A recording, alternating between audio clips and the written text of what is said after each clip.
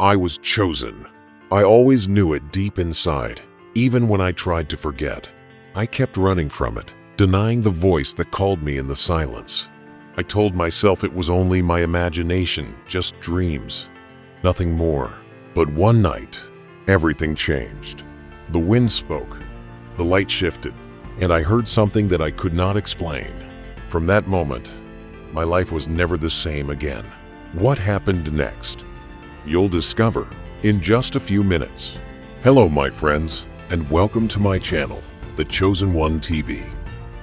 As you know, this channel is dedicated to sharing real-life stories of life, faith, and chosen ones. 2 weeks ago, I was contacted by Samuel, who shared with me his story. Moved by his emotions, I decided to post it here and share it with you, my dear chosen ones, because you need to hear it.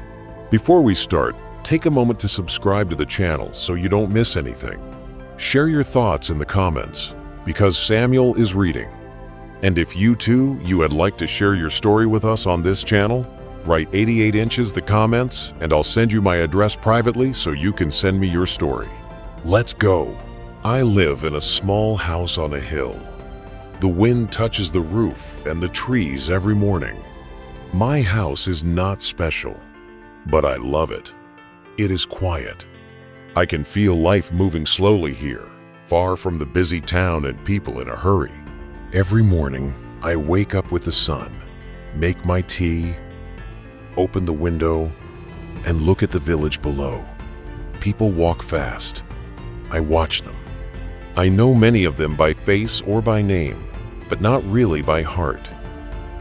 Everyone seems to carry a little sadness or loneliness. I am used to my own quiet life. I do not feel alone. I feel calm. I like small routines, walking in the forest and thinking. I work in a small bookstore in the village. The place is dusty but warm. Old books are everywhere. I love stories. I love the stories people leave in notebooks, the little stories they never tell. I do not talk much about my faith, but I pray quietly. I walk in the forest and I feel God. Not the big miracles, but a calm presence that touches the soul. One night in autumn, the fog covered the valley, and the stars were faint. I woke up with a strange feeling. I got out of bed, turned on my lamp, and sat by the window. Everything was quiet. Then I heard a voice, soft, clear. Lord, if you hear me, help me, please. I looked around. No one. My heart beat fast. I whispered, who is there? Nothing. Just the wind. But I knew. It was not me. It was a prayer. A real prayer. From someone I could not see. But I felt it inside my chest. The next days I heard more voices. Sometimes in the night, sometimes in the morning. A woman asking help for her sick child. A man asking for forgiveness for a mistake from long ago. A boy praying for his pain to stop. I did not know them. I did not know their names or faces. But I knew I had to listen. I had to write down their words in my notebook. At first, I tried to ignore the voices. I thought I was tired or imagining things, but the voices came back louder and clear. I started to write everything I heard. I did not understand how it worked, but I knew it was important. These prayers needed someone to hear them. Over time, I felt a change in me. My nights became full of listening. I walked in the woods, talked to God about the prayers, and hoped they would find help. I started to see the world differently. Every person, every look, every smile or tear had a meaning I never saw before. My solitude became a bridge to other people. I could feel their feelings, even if they never told me. One cold night, when snow covered the paths, I heard a voice stronger than ever. It seemed to come from everywhere, like the hill itself was speaking. I shouted to the sky, "Why me, Lord? Why me?" Why this gift? First, only silence. Then, a soft wind and a small voice in my heart. Because you still listen, my heart was full. I understood that my gift was not a burden. It was a mission. I was chosen to listen, to be a safe place for prayers that had no one else. In the following weeks, I began to recognize some voices. I could sometimes feel what they needed. Each prayer became a small light in my mind. I could feel both their pain and hope. I realized that God does not ask for big miracles. God asks for a heart ready to listen. Strange things started to happen. Villagers noticed small changes. Sick people found hope. People stopped arguing. Some said my presence gave a quiet peace. I stayed humble. I knew it was not me. It was something bigger. I was only listening, but it was enough. One spring morning, I walked in the valley and saw a woman crying near the bridge. She told me her son was sick, but after nights of prayer, he was finally getting better. I listened. I felt my heart fill with calm and love. I did not heal him. I did nothing big, but I listened. And sometimes, listening is enough to bring light. The following weeks, I began to feel the weight of my gift more strongly. The voices sometimes became so many that I had to sit in my house and close my eyes to welcome them, as if the whole world wanted to pour into my mind. Some prayers were gentle, full of gratitude and hope, while others were filled with anger, fear, or deep despair. I surprised myself by crying, shivering, or quietly laughing at stories I did not know. I slowly understood that what I was experiencing was not just a gift, but a burden I had to learn to carry without losing my balance. One evening, while rain pounded on the roof and thunder rolled in the distance, I heard a different voice, more urgent and persistent. It called me by my name, as if someone knew my innermost self. "Samuel, help me," the voice whispered, trembling and desperate. My heart tightened. The voice seemed to belong to a young, fragile woman, but I had no way of knowing who she was or where she was. I spent hours walking in the rain, looking for signs, listening to the whispers of nature, praying for guidance. It felt like everyone was waiting for me, and I had to answer each one, but time was limited. During these nights of intense solitude, I began to have visions. Sometimes I saw indistinct figures, shadows moving through the village streets, carrying objects I had never seen before. I heard laughter and sobs mixed in the wind. I felt invisible hands brush against my arm. These visions were neither nightmares nor illusions. They carried a message. One day, walking through the forest at sunrise, I saw a bright light between the trees. It seemed to form a glowing path, and I felt an irresistible call to follow it. I walked for hours, crossed icy streams, climbed hills, and finally arrived at an abandoned cabin where the air was strangely peaceful. Inside, an old notebook lay on a dusty table, open to a page with words I had never seen, but that resonated in my mind as if I had always known them. I felt this notebook had belonged to someone else before me, but it carried the same mission: to listen, to write, to carry the prayers. It was a moment of revelation. The burden I had thought was only mine had a dimension beyond me. I was part of an invisible, ancient plan where every human heart crying out to God needed an attentive ear. But this understanding did not fully calm me. With knowledge came responsibility. Every ignored or misunderstood prayer could create imbalance, and I felt an almost unbearable weight. A few days later, returning from the bookstore, I saw a child sitting by the side of the road, shivering from the cold. The child whispered a prayer I could barely hear, a desperate request that I felt immediately as my own distress. The air around the child seemed to vibrate, and I knew I had to act. I took him to my house, warmed him, listened, and spent the night comforting him without knowing exactly what I should do. But when I woke up in the morning, the child had disappeared, carried away by the wind, leaving behind a small object. a smooth, shiny stone that seemed to contain a soft light. I knew it was a sign. Every act of compassion, every attentive ear, became a light in the darkness. But the trials did not stop there. The more I listened to prayers, the more the voices mixed with my own thoughts, making my nights sleepless and my days sometimes confusing. I found myself doubting. Am I really the chosen one? What if I am wrong?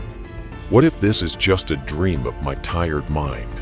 These thoughts tormented me, and sometimes I would close the notebook and throw it in a drawer, trying to convince myself I was just an ordinary man. But sooner or later, a stronger, more urgent voice brought me back to my mission. Sometimes these voices came when I was most vulnerable, reminding me that solitude was not a refuge, but a place where God taught patience and faith. One night, sitting on the roof of my house, looking at the stars, I had a particularly striking vision. A soft light descended from the sky, forming an indistinct but real figure. The figure seemed to watch me, and in a breath that was not made of words, but intention, it showed me the path to follow. You will carry the prayers, Samuel. You will not know them all, but you will be their refuge. My heart tightened with both fear and emotion. The presence disappeared as quickly as it appeared, but the message stayed in me. I understood that what I was experiencing was not just a gift, but a calling, a mission I could not ignore or refuse. In the following weeks, I began to create rituals to manage my gift. I woke earlier, wrote down every voice, every whisper, every emotion. I invented symbols for some prayers, drawings for feelings I could not put into words. I made a small sanctuary in my house, with candles and flowers, to welcome every invisible message. The outside world seemed to continue as before, but I had discovered a parallel universe of whispers and lights, where every soul needed to be heard. However, the emotional weight grew heavier. Some prayers were so desperate that I felt a physical pain, a pressure on my chest. Some nights, I cried alone in the forest, feeling invisible hands brush my shoulder, as if telling me I was not alone in my mission. Other times, I heard voices full of hatred or anger, calls for revenge or forgiveness that I could not solve. These moments confronted me with my limits, forcing me to seek spiritual solutions and to learn patience and humility. And then came the unexpected encounters. An old woman brought me a bouquet of wildflowers with a note. "Thank you for your silent prayers. I do not know you, but I feel your presence." A young man in the village gave me a letter telling me he had found faith after years of doubt, without explaining how. I realized that even without seeing the direct results of my listening, my role had a real impact. Every small act, every quiet attention, every word written and read in the night created a thread of light in the world. One morning I woke up feeling different. The air in my room felt heavier, full of voices I could not name. I drank my tea slowly, listening. Some prayers were soft, hopeful, filled with thanks. Others were desperate, angry, or full of fear. I realized I could not ignore them anymore. They were part of my life now. They wanted me to listen, to be their quiet refuge. I began walking through the village, notebook in hand. I listened to people as they passed, not always with words, but with my heart. Sometimes I felt their sadness touch my chest. Sometimes their happiness made me smile. I did not know them. I did not know their names, but I knew their hearts. One afternoon, I saw a young boy crying under the old oak tree. I sat beside him without speaking. I felt his prayer, his wish for courage, his need to be heard. I wrote down his words quietly. He looked at me, surprised, as if he could feel I understood. I did not heal him. I did not tell him what to do. I just listened, and sometimes that is enough. At night, I continued to have visions. I saw shadows moving through the forest, carrying unknown objects. I heard laughter mixed with sobs, I felt invisible hands brushing my arm, guiding me. I saw lights forming paths through trees, calling me to follow. One evening, I followed a light deep into the forest. I crossed streams and climbed hills. At the top, I found a small cabin. Inside, everything was quiet. On a dusty table lay a notebook. The pages had words I had never read, but they felt familiar. It was like the notebook knew me. I understood then that my gift was not just mine. It was part of a bigger plan. Many people, many hearts, needed someone to listen. I was chosen to be that listener. It was not easy. Sometimes the burden felt too heavy. I doubted myself. I asked, why me? Can I do this? What if I fail? But every time I wanted to give up, a voice, stronger and clearer, reminded me why I must continue. One evening, a woman came to me quietly. She said her son was sick and she had prayed night after night. She felt he was healing. Little by little, I listened. I felt the warmth in her words. I did not cure him. I did not perform a miracle. I just held her prayers in my heart. And in that simple act, something changed. Days passed. I created small routines to manage my gift. I wrote every voice, every feeling, every whisper in my notebook. I drew symbols for prayers that could not be put into words. I lit candles and placed flowers in my house to honor each message. The outside world went on as usual, but in my home, a world of voices and light lived quietly. Sometimes the prayers were so heavy they hurt my chest. Sometimes I cried alone in the forest. Sometimes I felt anger, hate, and fear coming through voices I could not control. I learned patience. I learned humility. I learned that I could not fix everything, but I could listen, and listening was powerful. One night, a little girl appeared in my vision. She held a tiny lantern. She smiled at me and whispered, "Thank you for listening." I felt her hope fill my heart. I understood that even small acts of attention could light the dark. Every prayer I heard, every story I wrote, every soul I listened to became part of a chain of light. And I knew I had a mission. Not to change the world in great ways, but to be a refuge for those who had no one else. The village started to feel different to me. I saw people with hope in their eyes. I saw small smiles that were stronger than I expected. I did not know why, but I felt the prayers I carried were touching the world. It was invisible, quiet, and gentle, but it was real.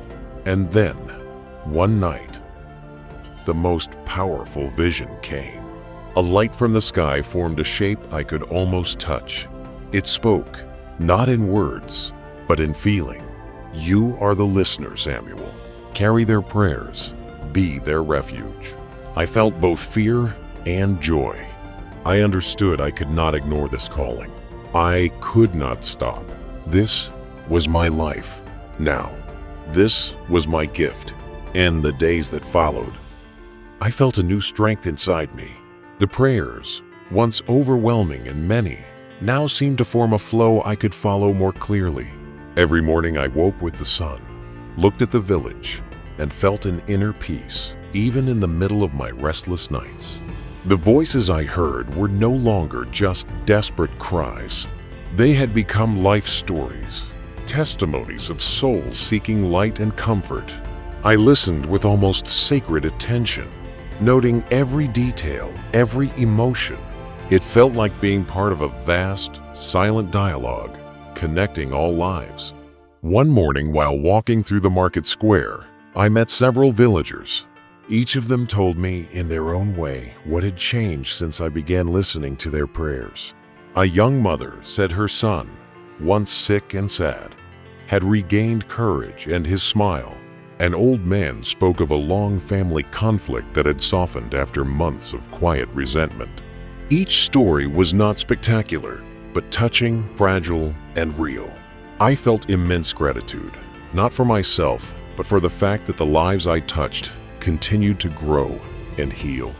My house became a quiet place for sharing. People came, not to see a miracle, but to leave their stories, their prayers, and sometimes their doubts. I listened, sometimes in silence, sometimes whispering a word of encouragement. There was no immediate solution to each problem, but simply being heard created a subtle transformation, a light in the shadow of their lives. Prayers that were once invisible became tangible stories, carried through an ordinary man. The visions continued, but they became more practical. I saw fragments of lives, moments where my listening helped someone make an important decision, reconcile a relationship, or find a small peace in the storm. Each vision came with a sense of responsibility, but also hope. I understood that my role was not to change the world on a grand scale. It was to accompany those who crossed my path and help them carry their stories toward the light. One day, a young boy I had helped find courage came to me with a notebook in his hands. "Samuel, I wanted to show you," he said shyly. Inside, he had written his prayers, his joys, and his fears, as if sharing his testimony. I smiled, touched, and said simply, "Thank you for sharing your story. Every word matters." These moments repeated often. Adults, children, strangers sometimes from far away, brought their words and stories. I continued to listen, to write, to support them. Even in moments of doubt, when the weight seemed too heavy, I found new strength in these testimonies. I realized that every person I listened to already carried the light they needed to move forward. My role was to help them see it and let it shine. This role, sometimes simple, sometimes intense, had the depth of a quiet river, a steady flow of lives connected by trust and listening. Over time, villagers began sharing their stories with others. They told how I listened, how I helped their prayers find an echo. Each story shared became a testimony for someone else. I was no longer just a man who heard prayers. I had become a living channel, a silent witness to the strength of human hearts and God's presence in daily life. And I continued. Every day, I walked the village streets, listened, wrote, and shared words of comfort. I knew my mission was never finished. Every prayer still needed an ear. Every story still needed to be carried. I was alive, fully, in this flow of lives and stories. A quiet but essential presence.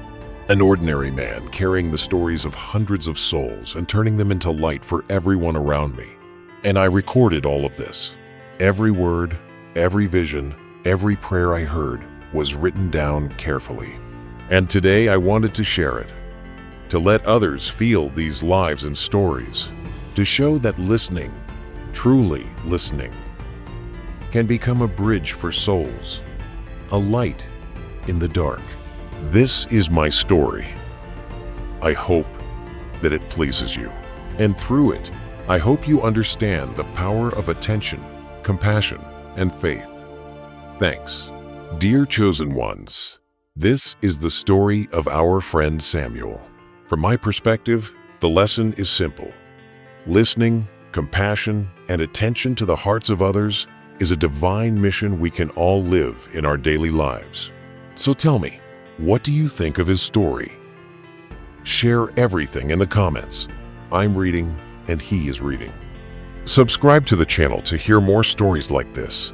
And if you'd like to share your story, write 88 inches the comments, and I will send you my address so you can tell me your story personally.